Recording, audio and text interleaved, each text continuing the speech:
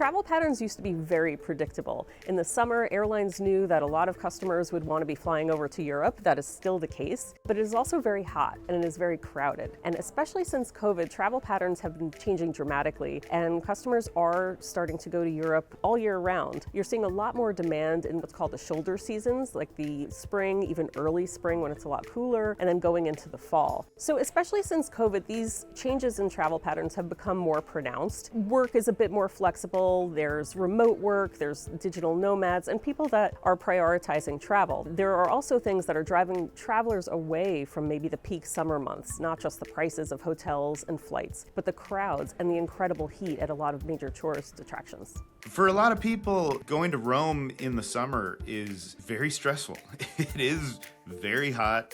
There are crushing crowds that go during the summer, especially to some of these Mediterranean destinations. The more people that go in the summer, the more that pushes people to fly more in an off-peak time because it'll be a better experience for them. For the airlines, they're trying to make as much money as possible. Costs have gone up, of course, fuel prices have gone up this year, but margins in this business are razor thin.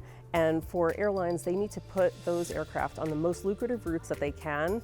And what we've heard from CEOs from major airlines is international is where it's at. So what airlines are doing is that they're starting their seasonal flights to Europe earlier in many cases. American is a good example of that. They recently debuted some service to Scotland and they're starting that earlier in the spring. There are also year-round flights to major cities and major hubs that travelers can bounce off of, to Rome, Barcelona, and those places, and those are becoming more year-round destinations. When airlines are looking to purchase aircraft, they have to think about how are we going to use this airplane year-round because it's an expensive piece of machinery. They know in the summer they won't have a problem sending these wide bodies to Europe.